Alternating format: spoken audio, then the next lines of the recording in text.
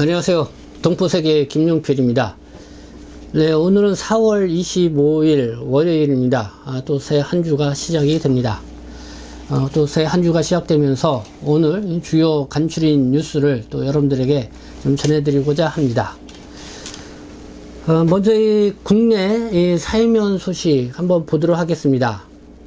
이 코로나19 신규 확진자가요, 34,370명.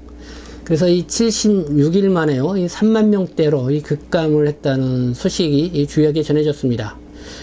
하루 이 사망자 수도 110명, 위중증 환자도 668명, 그래서 위중증 환자도 57일 만에 600명대로 내려갔다, 뭐 이런 소식입니다.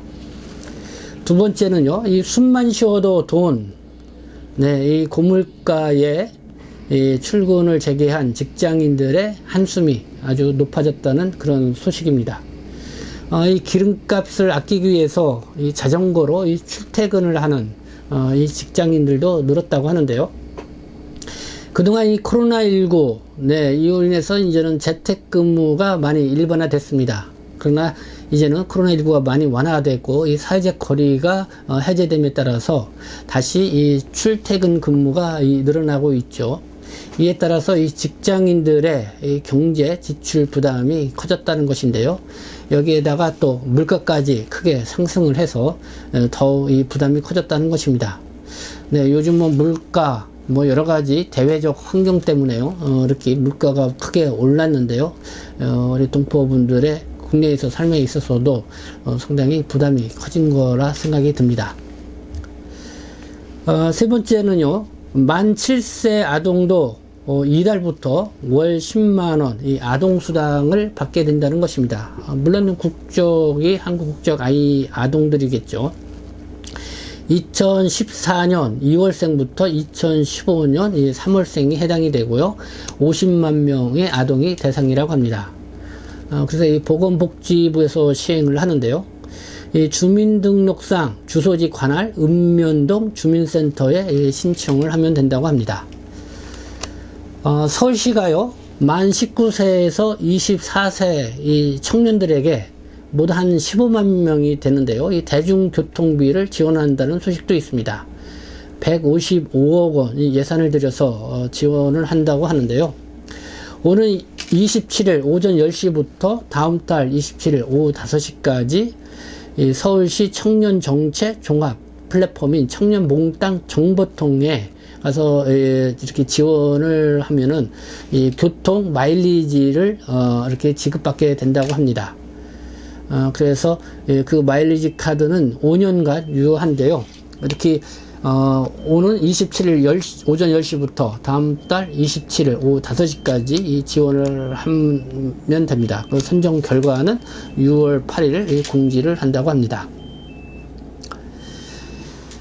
요거는 제가 앞서 전해드렸던 소식이기도 한데요. 영등포 출입구 민원센터가 5월 2일 개소를 해서 서울 서남권 지역에 거주하고 있는 방문 취업, 재동포, 체류동포와 외국인의 민원을 돕는다는 소식입니다. 법무부 영등포구 이 서남권 글로벌 센터가 협력을 해서 진행을 하는데요. 이 방문 취업, 재동포 체류 업무, 여러 가지, 체류 연장이라든가, 등록증 개소, 여러 가지 그 업무를 일반 처리를 해주고 있고요. 그리고 외국인들에게 대한 통역 서비스도 진행을 합니다. 이 서울 서남권 지역, 서울 강서구, 양천구, 영등포구, 구로구, 금천구, 마포구, 이 서담행부 지역으로 동포하고 외국인 주민이 한 16만 4천여 명 정도가 거주하고 있는 지역입니다. 이것도 좀 반가운 소식인 것 같습니다. 외국인의 건강보험료 부가체계가 공정한가? 이 저소득층에게는 과도한 이 부담이 되고 있다. 외국인 건강보험료, 특히 이 지역가입자인 경우 보통 한국인의 평균 보험료를 기준으로 해서 부과를 하고 있죠. 그래서 최소 13만원, 14만원까지 이렇게 부담을 하고 있는 그런 상황인데요. 이렇게 저소득층의 외국인, 동포분들이 주요하게 해당이 됩니다. 이 지역가입자에게 과도한 이 부담이 되고 있다. 그리고 이렇게 평균 보험료를 일괄 적용해서 부담하는 것은 해외에서도 찾아볼 수 없는 사례이다. 이런 지적입니다.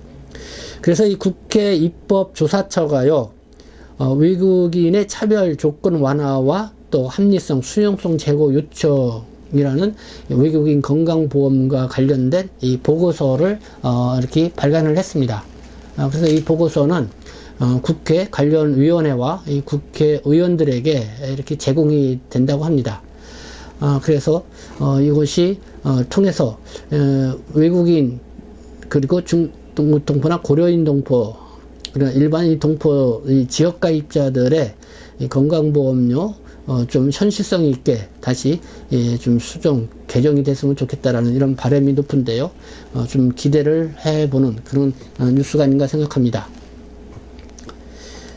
7번째는요, 이 다문화 시대에서 이 포용적 사회 만들기를 위해서 서울대학교 국제이주와 포용사회센터라고 합니다.